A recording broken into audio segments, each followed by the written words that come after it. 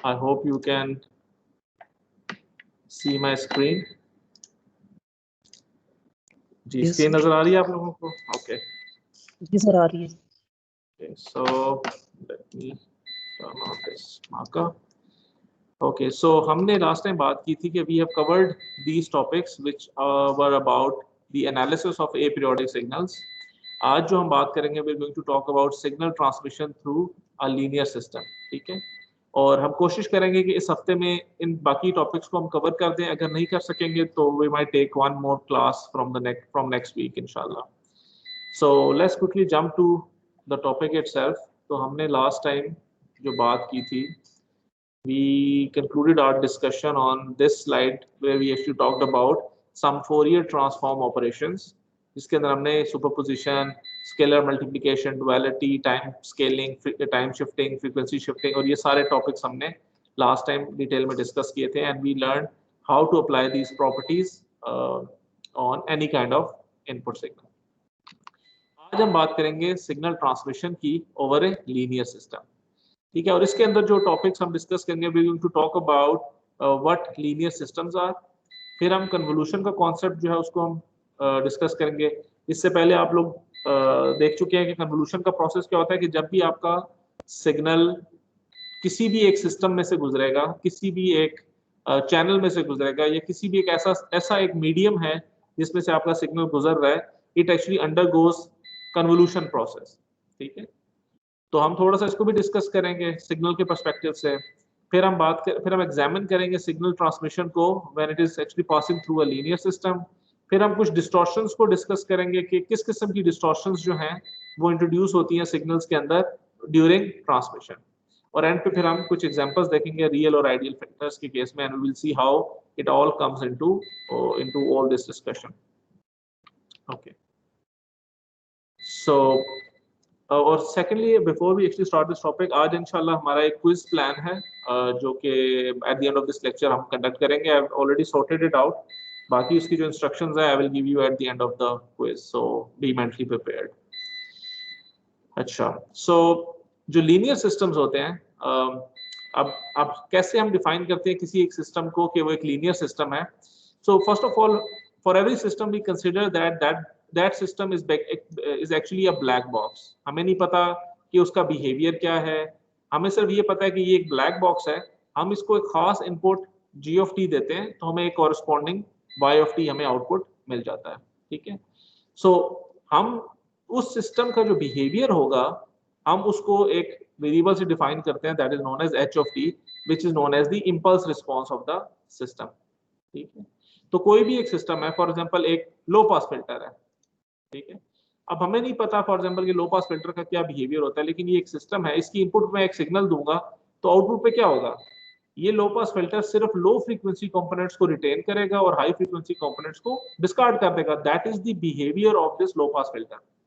और उस बिहेवियर को मैं मॉडल कर सकता हूं एक इंपल्स रिस्पांस से जिसको हम कहते हैं h ऑफ t। ठीक है, तो जब हम कहेंगे कि ये एक system, not necessarily a low pass filter but any system, we can call that system as a linear system जब वो कुछ सर्टेन कंडीशंस फुलफिल करे। ठीक है, तो हम कहेंगे कि ये सिस्टम जो है ये एक लीनियर सिस्टम है।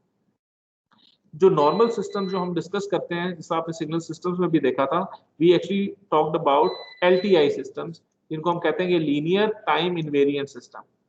So the system has to fulfill certain conditions to be linear, and the system has to fulfill certain conditions to be time invariant.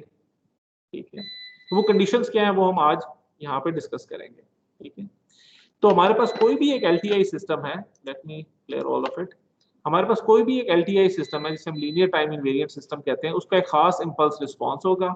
और ये जो सिस्टम है because of its certain behaviour, जब आप इसके input पे एक सिग्नल g ऑफ t देंगे it will give you a certain output that is y of t।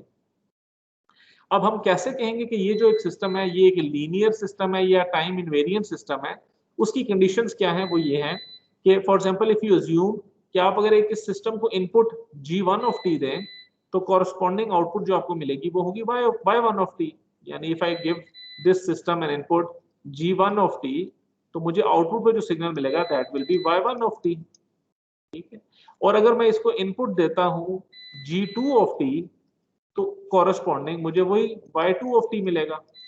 ठीक है, this is the behaviour of that system as defined over here in the block diagram.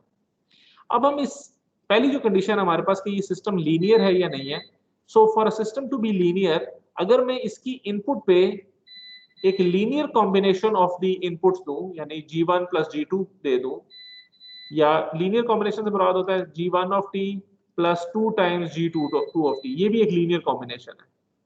या मैं कहता हूं 3g1 of t plus 5g2 of t, एक linear combination of both the signals अगर मैं इसकी इनपुट पे देता हूं, तो मुझे कॉरस्पॉन्डिंग आउटपुट की भी वही लीनियर कॉम्बिनेशन मिलेगी। तो if I give this system N input g1 plus g2, तो मुझे इसकी आउटपुट पे y1 प्लस y2 मिलेगा। तो अगर मैंने इसको ये g1 प्लस 2g2 दिया है, तो मुझे आउटपुट में मिलेगा y1 of t plus 2y2 of t। या मैंने इसको अगर ये इनपुट पे दिया है, तो मुझे आउटपुट पे भी 3y1 of t plus 5y2 of t मिलेगा। वही लीनियर कॉम्बिनेशन मुझे आउटपुट पे अगर मिल रहा होगा, तो मैं कहूंगा कि ये सिस्टम एक लीनियर सिस्टम है। ठीक है। और सेकंड जो मेरा चेक है वो है कि क्या ये सिस्टम एक टाइम इनवेरिएंट सिस्टम है। How we can actually check कि एक सिस्टम टाइम इनवेरिएंट है। तो एज द नेम सजेस्ट कि इस सिस्टम का जो बिहेवियर है it will not change over the period of time. तो मैं इसकी इनपुट पे जो भी सिग्नल दूंगा वो टाइम, यानी जो उसकी आउटपुट होगी it will be independent of time.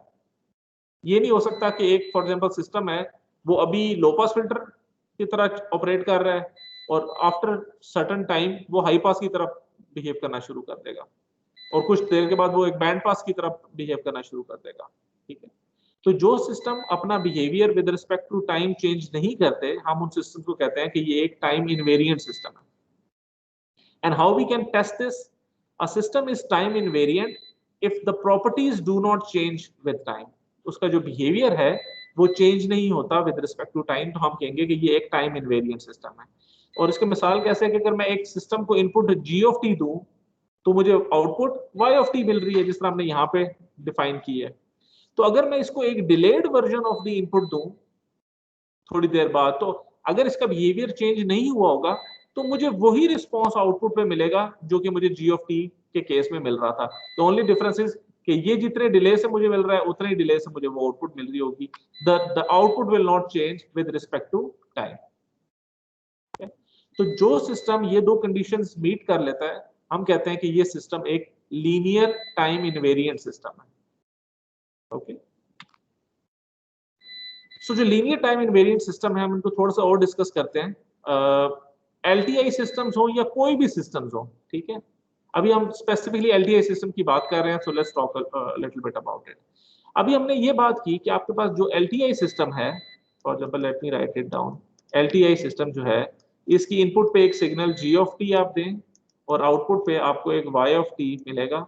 और जो इस LTI का रिस्पॉन्स है या जो उसका बिहेवियर है, हम उसको रिप्रेजेंट करते हैं h ऑफ t से। This h of t is known as the unit impulse response function. ठीक है। अब ये जो यूनिट इंपल्स रिस्पॉन्स फंक्शन है, ये डिफाइन करता है कि इस LTI सिस्टम का बिहेवियर कैसा होगा। ठीक है। But how we can actually find the unit impulse response of a function of a LTI system, अगर मुझे नहीं गिवन। अगर मैं आपको एक ब्लैक बॉक्स दे देता हूँ, एक बॉक्स देता हूँ मैं आपको, कहता हूँ ये एक सिस्टम है, मुझे बताएं कि इसका इंपल्स रिस्पॉन्स क्या है, what is the h of t in this case. हम वो कैसे फाइंड आउट कर सकते हैं? It's very easy to find out. How we can do it? कि consider a linear time invariant system. अगर मेरे पास एक LTI सिस्टम है, अगर मैं इसको इनपुट सिग्नल जो है वो एक डायरेक्ट डेल्टा फंक्शन दे दूं, तो मुझे जो उसकी आउटपुट मिलेगी that will be the impulse response of the system. कि मेरे पास अगर ये h ऑफ t एक LTI सिस्टम है जिसका impulse response h of t है, अगर इसकी इनपुट पे मैं एक डायरेक्ट डेल्टा फंक्शन दे देता हूं, तो मुझे इसकी आउटपुट पे वही फंक्शन मिल जाएगा जो इसका इंपल्स रिस्पॉन्स है। और ये हम मैथमेटिकली वेरीफाई भी कर सकते हैं, क्योंकि हमें पता है कि किसी भी सिस्टम के केस में आउटपुट और इनपुट आपस में किस तरह रिलेटेड होती है? Through convolution. तो हम लिख सकते हैं कि y ऑफ t जो है, this is the convolution of h of t convolve with the input signal g of t। तो मेरे पास जो g ऑफ t है वो क्या है? This is now h of t convolved with a direct delta function. This is my output.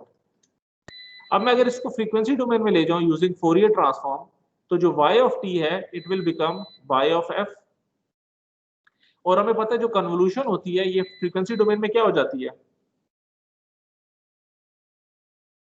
Ji, anyone? Multiplication. So now h of t का frequency domain response होगा h of f, हम उसको capital letters में लिखते हैं, हम ये भी पहले बात कर चुके हैं. y of t will be capital Y of f, जो कन्वोल्यूशन है वो मल्टीप्लिकेशन से चेंज हो जाएगा, and I will have delta f over here जो मेरा इनपुट है. अब हमें ये पता है कि जो डायरेक्ट डेल्टा फंक्शन होता है y of t, इसको जब मैं फ्रीक्वेंसी डोमेन में लेके जाऊंगा तो y of f की वैल्यू क्या होगी?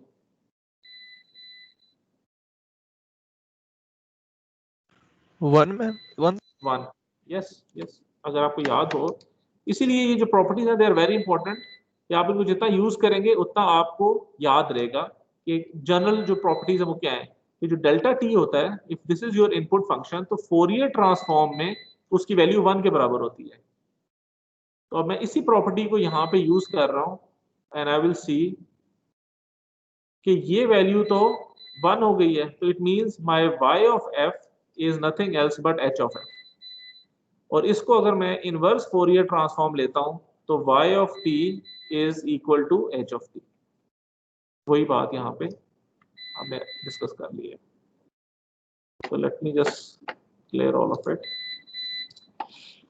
तो हमने कहा कि कोई भी एक LTI सिस्टम है, हमें नहीं पता कि उसका h ऑफ t क्या है, हमें नहीं मालूम. तो हम इसकी इनपुट पे एक डायरेक्ट डेल्टा फंक्शन अगर दें, तो यहाँ आउटपुट पे जो भी चीज आपको मिल रही होगी, हम कहेंगे ये जो y of t है, it is actually the impulse response of that particular system. So once I know the impulse response of the system, मुझे इस सिस्टम को फिजिकली यूज करने की जरूरत नहीं है. मिसाल के तौर पर मैं आपको एक सिस्टम देता हूँ फिजिकल, मैं आपको कहता हूँ कि मुझे बताएं कि इसका इंपल्स रिस्पांस क्या है, तो आप क्या करेंगे? आप इसको एक डायरेक्ट डेल्टा फंक्शन दे देंगे, या एक बहुत ही नैरो पल्स जो है वो आप इसकी इनपुट पे देंगे.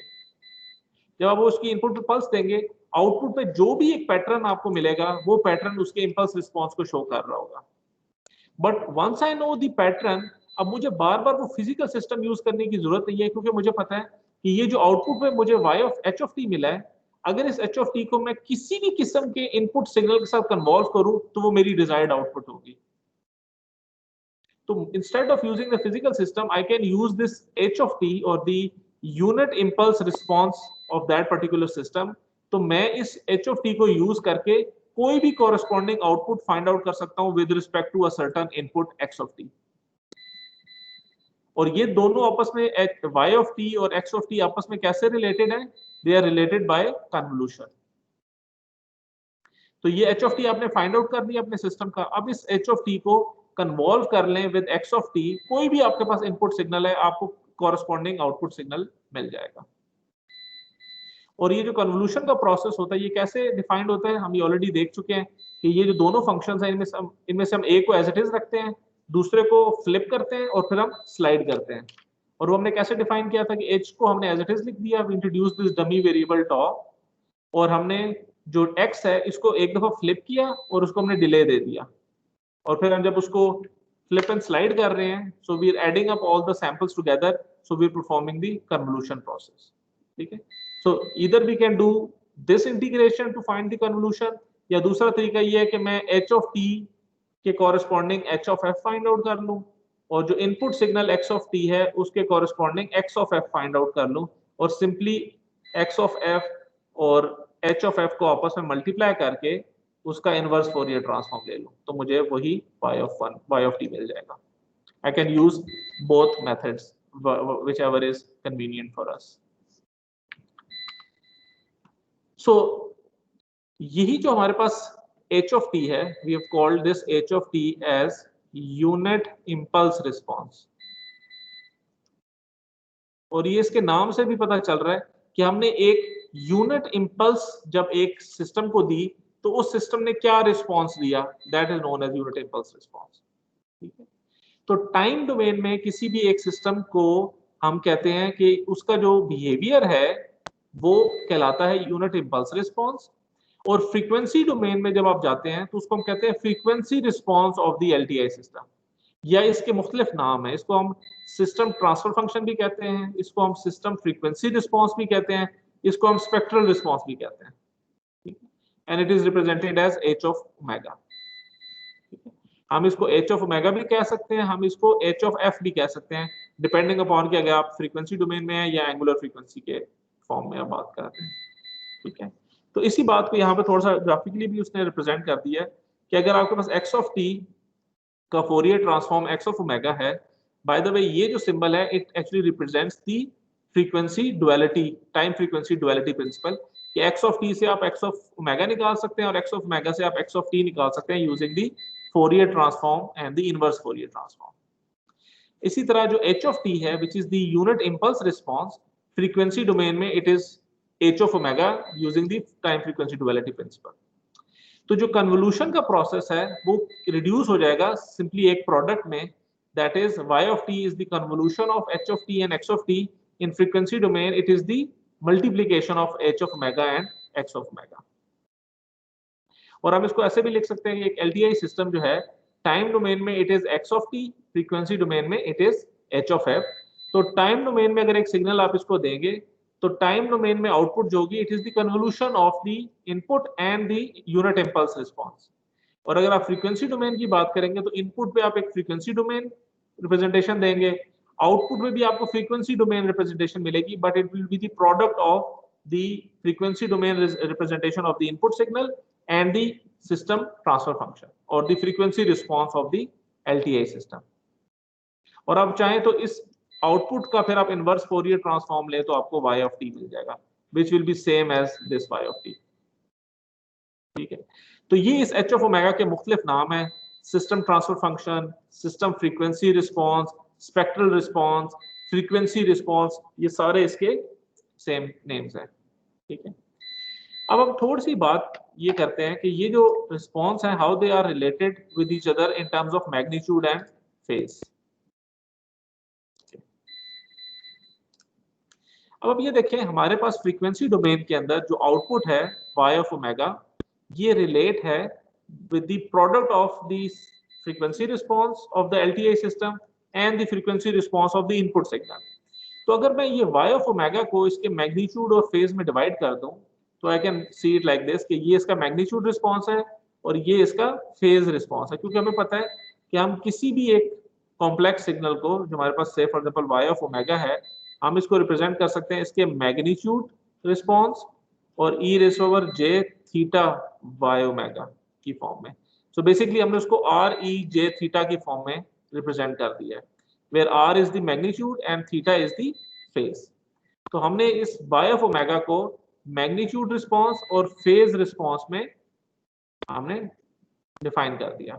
तो लाइकवाइज ये जो प्रोडक्ट है हम इस h of ओमेगा को भी डिफाइन कर सकते हैं, मैग्नीट्यूड रिस्पॉन्स और उसका फेज रिस्पॉन्स, और ये मल्टीप्लाई हो रहा है x ऑफ ओमेगा से, यानी x ऑफ ओमेगा का मैग्नीट्यूड रिस्पॉन्स और x ऑफ ओमेगा का फेज रिस्पॉन्स।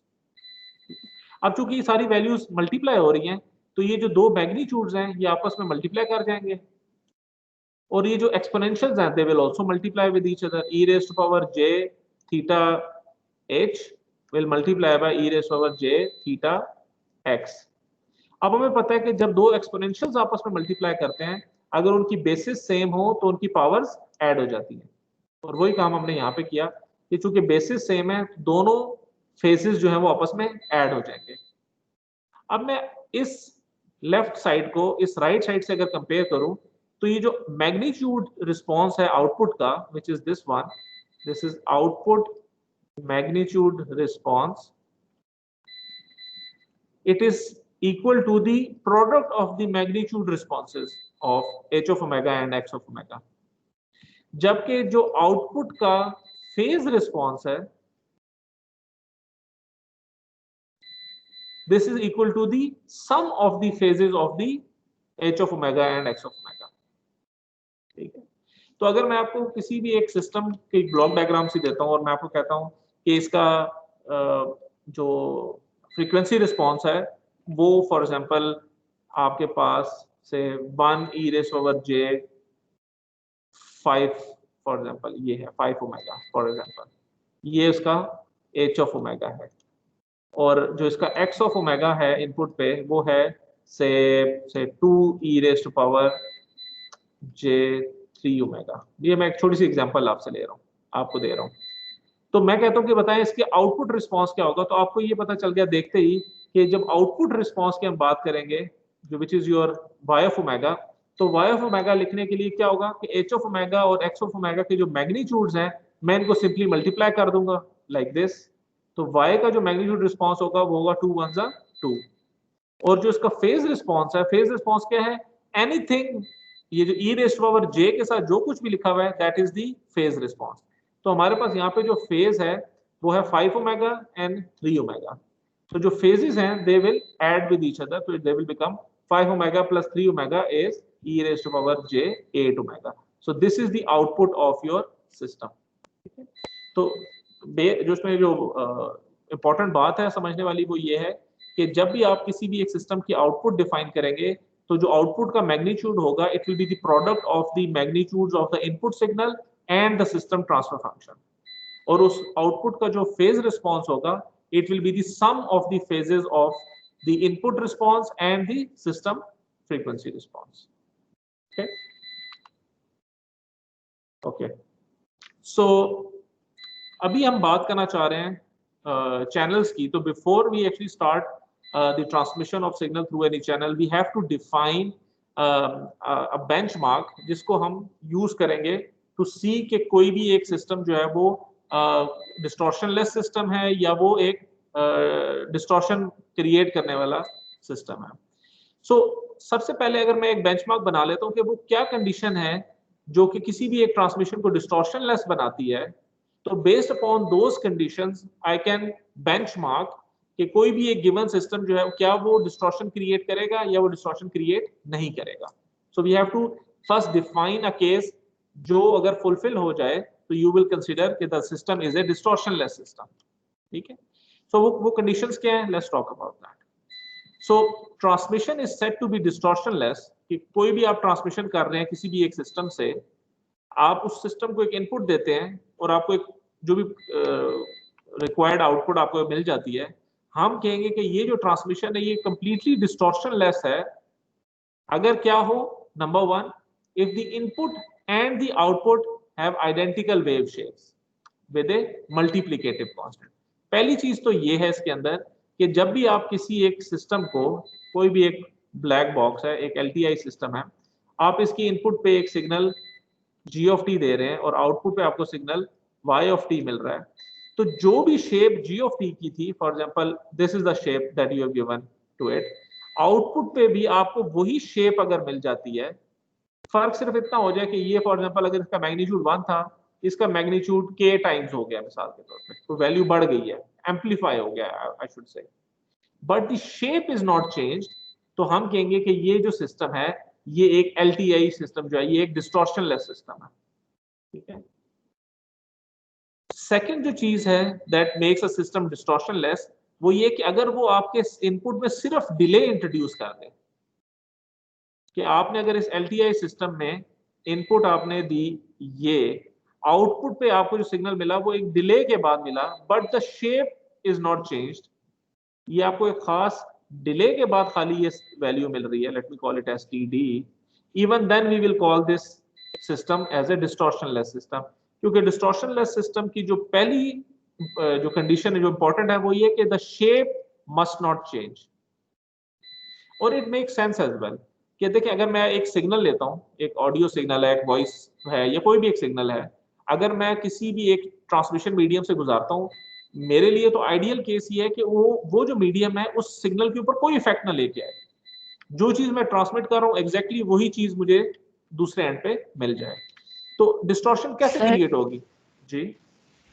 सर अगर हम सिग्नल को एडवांस्ड भी कर देंगे तो भी वो डिस्टॉर्शनलेस ही रहेगा। जी जी जैसे हमने जी जी जी जी जी, लेकिन वो एडवांस हो नहीं सकता क्योंकि जब आप किसी सिग्नल को किसी, देखिए जब जब भी हम बात करते हैं we talk about causal systems. ठीक है, कॉजल सिस्टम्स में signal t is equal to 0 के बाद ही आएगा। ठीक है ना, हाँ ये आप देख सकते हैं कि अगर आपके पास वहां पे कोई यू कैन से, या चले सबसे आसान एग्जांपल मैं आपको देता हूँ कि आपके पास एक बफर है फॉर एग्जांपल, ठीक है, बफर क्या करता है, एक डाटा स्टोर करता है और फिर आपको आउटपुट पे प्रोवाइड कर देता है। अब मैं इसको एक इनपुट देता हूँ, फॉर एग्जांपल ये सिग्नल मैं इसको इनपुट पे देता हूँ, ये बफर क्या करेगा, उस वैल्यू को स्टोर कर लेगा।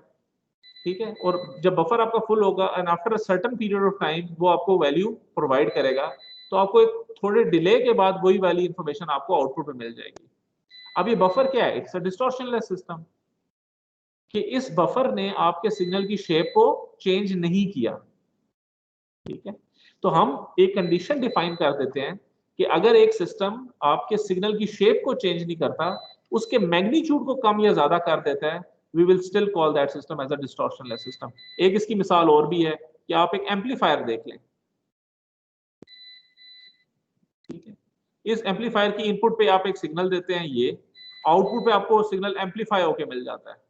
ये 2 है फॉर एग्जांपल, ये 1 है, इसका गेन है 2 का। अब क्या हो रहा है कि ये जो आपके पास एम्पलीफायर है, ये इस सिग्नल को सिर्फ एम्पलीफाई कर रहा है, उसकी शेप को ये चेंज नहीं कर रहा। We will call this amplifier as a distortionless system. ठीक, तो ये जो आपके पास दो केसेस हैं कि अगर एक सिस्टम आपके इनपुट सिग्नल को सिर्फ एम्पलीफाई करे या अटेनुएट कर दे, it can be other way around as well, कि पहले वैल्यू मैग्नीट्यूड 1 था, अब मैग्नीट्यूड उसका 0.5 हो गया, even then we will call that as a distortionless system. जिस तरह आपके अटेनुएटर्स होते हैं, ठीक है, आपके पास एक अटेनुएटर है, आप इसकी इनपुट पे एक सिग्नल देते हैं जिसका मैग्नीट्यूड 1 है, अगर वो उसकी उसकी सिग्नल को हाफ कर देता है तो हम कहेंगे कि ये आपके सिग्नल को हाफ कर रहा है, और इट्स लेकिन उसकी शेप चेंज नहीं हो रही, तो हम कहेंगे कि ये जो अटेनुएटर है it is also a distortionless system. ठीक है, सर ये इसकी फ्रीक्वेंसी चेंज कर सकते हैं हम? नहीं, जब फ्रीक्वेंसी चेंज होगी तो शेप चेंज हो जाएगी ना, यानी कि टाइम डोमेन में एक सिग्नल ये है, अगर इसकी फ्रीक्वेंसी चेंज होती है तो it will become something like this, the shape has changed. ठीक है, तो the shape must not change, तो हम कहेंगे कि ये जो सिस्टम है it is a distortionless system. Delay उसके अंदर आ जाए नो प्रॉब्लम, कोई मल्टीप्लिकेटिव फैक्टर आ जाए no problem, we will call that system as a distortionless system. अब हम इसको मैथमेटिकली कैसे डिफाइन कर सकते हैं? मैथमेटिकली हमने कहा कि ये जो एक ब्लैक बॉक्स है, ये एक एलटीआई सिस्टम है फॉर एग्जांपल, इसकी इनपुट पे एक मैंने सिग्नल दिया x ऑफ t और मेरे पास आउटपुट y ऑफ t मुझे मिल गई। ठीक है, how can I relate this y of t with respect to x of t? We can easily define it like this, कि जो मेरे पास आउटपुट होगी, एक तो वो एक मल्टीप्लिकेटिव कांस्टेंट से मल्टीप्लाई हो रही है, ये k, यानी इसको एम्पलीफाई भी कर सकता है और इसको अटेनुएट भी कर सकता है, और जो इनपुट सिग्नल है उसको एक डिले दे रहा है जिसको हम td कह देते हैं। So if you give a system N input x of t, output would be something like this, कि आपका जो x ऑफ t है उसमें एक डिले आ सकता है और वो एक मल्टीप्लिकेटिव फैक्टर से मल्टीप्लाई हो सकता है। इनमें से कोई एक भी हो या दोनों हो, हम स्टिल कहेंगे कि ये जो सिस्टम है it will be a distortionless system. ठीक है, अब ये जो एलटीआई सिस्टम है, हाउ कैन आई डिफाइन कि यार इसका रिस्पॉन्स क्या है, what is the behaviour of this LTI system? हमें एक्सप्लेन करने से, या हमने डेफिनेशन में तो बता दिया कि इस एलटीआई सिस्टम का बिहेवियर ये है कि ये इनपुट सिग्नल में डिले ला सकता है या उसको एम्पलीफाई या उसको अटेनुएट कर सकता है, but how we can define it mathematically कि ये जो एक्सप्रेशन है, this expression actually gives you the impulse response of that particular system. क्योंकि हमें पता है कि अगर हमें इस सिस्टम का इंपल्स रिस्पांस पता चल जाएगा तो फिर मुझे इस सिस्टम को यूज करने की जरूरत नहीं है, मैं मैथमेटिकली किसी भी इनपुट के लिए इस सिस्टम की आउटपुट फाइंड आउट कर सकता हूं यूजिंग कन्वोल्यूशन। ये हम ऑलरेडी डिस्कस कर चुके हैं पीछे।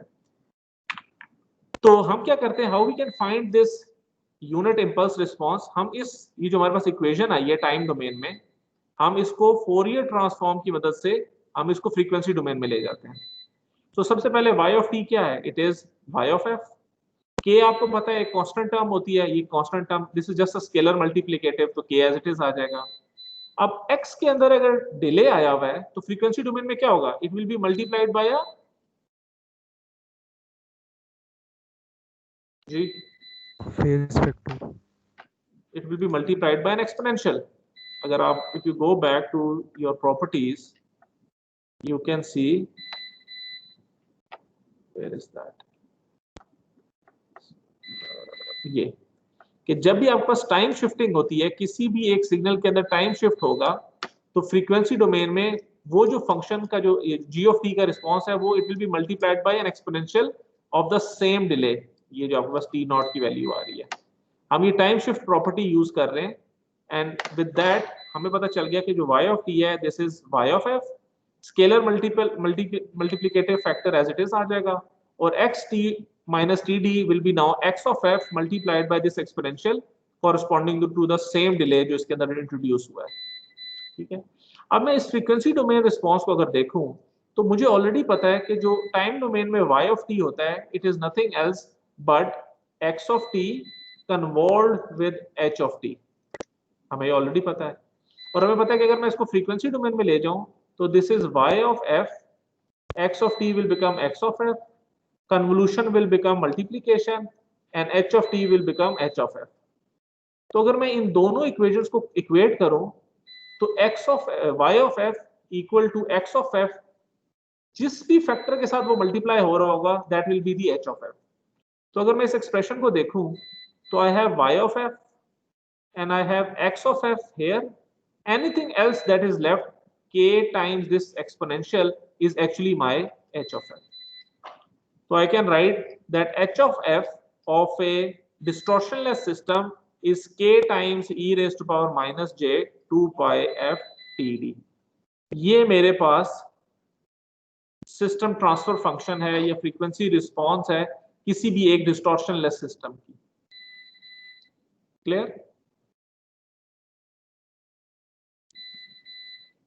Clear everyone? Yes sir. So जी सर हमारी 12:30 बजे क्लास है, अगर आपने क्विज लेना है तो अभी आप स्टार्ट जी जी आपको पूरा टाइम मिल जाएगा, don't worry, just give me 5 more minutes. यहाँ पे हम इस लेक्चर को कंक्लूड कर देंगे अभी। सो ये जो अगला टॉपिक है विल टॉक अबाउट इट इंशाल्लाह टुमारो। आज हम इस टॉपिक को खत्म करेंगे। ओके, सो अभी हमें ये पता है कि y ऑफ f जो है it is equal to h of f times x of f। So whatever we have with x of f is actually h of f। तो डिस्टॉर्शनलेस ट्रांसमिशन के केस में जो सिस्टम ट्रांसफर फंक्शन आता है it comes out to be this function, जो हमने already पीछे देख लिया कि ये कैसे आता है। अब ये जो h ऑफ f है, if I look at the magnitude response and phase response of this particular function, I can see कि जो transfer function h of f है it is in the form of r e j theta. तो मेरे पास ये जो r की term है this represents the magnitude response, और ये जो थीटा है it corresponds to the phase response. ठीक है, तो अगर मैं इसको अगर देखूं तो ये जो e के साथ जो टर्म आ रही है this represents the magnitude response. तो मैं कहता हूं magnitude of h of f is k, और e raised to power j के साथ जो भी टर्म है दैट इज द थीटा। तो if I look at this expression the phase response is -2 pi f td। ठीक है, so this is the phase response and this is the magnitude response and both are function of f, क्योंकि हम frequency domain की बात कर रहे हैं। ठीक है, अब अगर ये मैग्नीट्यूड रिस्पांस और फेज रिस्पांस अगर मैं प्लॉट करूं तो आई कैन सी कि फ्रीक्वेंसी डोमेन में जो magnitude of the frequency response है it is k, it means it's a constant line for all the frequencies. We can see over here magnitude response is constant. और अगर मैं phase response को देखूं, ये जो थीटा है which is a function of f, it is -2 pi f td। अगर मैं गौर से इसको देखूं 2 भी कांस्टेंट है, पाई भी कांस्टेंट है और td भी कांस्टेंट है, क्योंकि td एक कांस्टेंट डिले है जो आपके इनपुट के अंदर आया हुआ है। तो मेरे पास ये जो पूरी टर्म है दिस इज -2 pi td, इसको मैं ब्रैकेट में डाल देता हूं और ये एक f आ गया यहाँ पे। तो अब ये जो मेरे पास फंक्शन है, if I look closely at this function, ये इक्वेशन है एक लाइन की। ठीक है, जैसे हमें पता है कि y is equal to mx plus c represent करता है एक लाइन को, जिसमें c जो होता है this c is y intercept और m is the slope of the line. ठीक है, तो अगर मैं इस इक्वेशन के साथ इसको रिलेट करूं, उसका मतलब है कि ये जो y इंटरसेप्ट है ये है 0। ठीक है, और जो x के साथ टर्म आ रही है this represents the slope of this line. तो यहाँ पे जो and whatever you have along with it, this is the slope of the line. So m is basically minus 2 pi td, और नेगेटिव साइन शो कर रहा है कि it is a negative slope. ठीक है, तो अगर मैं वैसे ही अगर इसको प्लॉट करना चाहूँ तो आई कैन सी कि जो फेज रिस्पॉन्स है theta of F, this is minus 2 pi T D times F. जब एफ की वैल्यू 0 होगी तो फंक्शन की वैल्यू क्या होगी?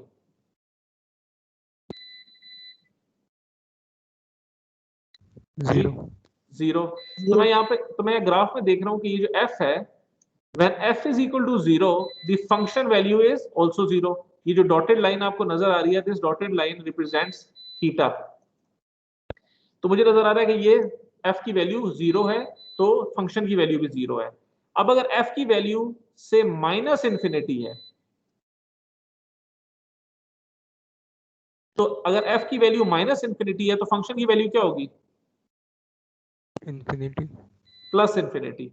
तो इसका मतलब है कि ये जो प्लस इंफिनिटी पे ये वैल्यू है, ये dotted line it is going up till infinity as f is approaching to minus infinity.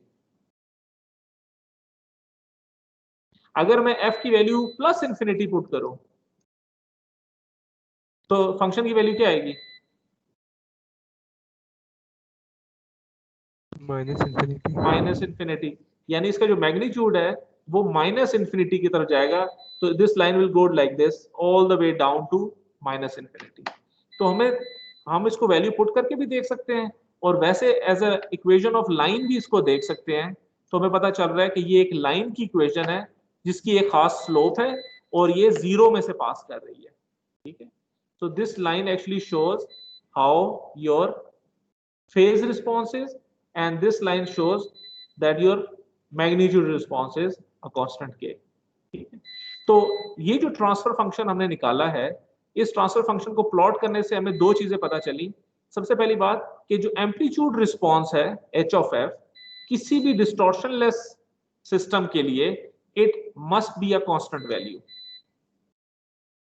जो हमें यहाँ पे नजर भी आ रहा है. ठीक है, और इसका जो फेज रिस्पॉन्स है it has to be a linear function of f, कि वो वैल्यू लीनियरली चेंज हो रही हो. और दूसरी इंपॉर्टेंट चीज क्या है, it has to pass through the origin.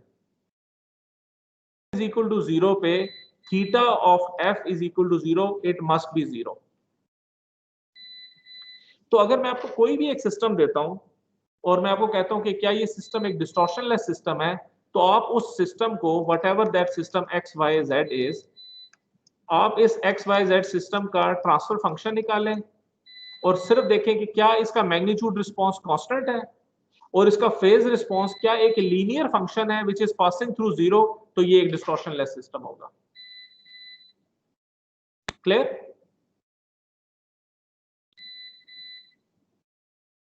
Yes sir. तो अगर हमारे पास इन दोनों में से कोई एक कंडीशन भी मीट नहीं करेगी तो हम कहेंगे कि this is not a distortionless system, this system is creating distortion. अगर मैग्नीट्यूड रिस्पांस की कंडीशन मीट नहीं करेगी तो हम कहेंगे कि डिस्टॉर्शन जो है वो इसके मैग्नीट्यूड रिस्पांस की वजह से आ रही है. अगर उसकी फेज कंडीशन मीट नहीं करेगी तो हम कहेंगे जो डिस्टॉर्शन क्रिएट हो रही है वो फेज के अंदर हो रही है. Alright, clear? Let me quickly take the attendance. अच्छा, अभी आप लोग जो हैं आपको स्क्रीन नजर आ रही होगी. If you go back to your Microsoft Teams तो जनरल टैब के अंदर यहाँ पे ये क्विज पोस्ट हुआ हुआ है. The deadline for the quiz is 12:30. तो आपके पास स्टिल 15 प्लस मिनट्स हैं to solve this quiz. Instructions इस क्विज के अंदर दी हुई हैं. So you have to attempt the question on a piece of paper, और Microsoft Teams के अंदर ही आपने अपने working paper को upload करना है.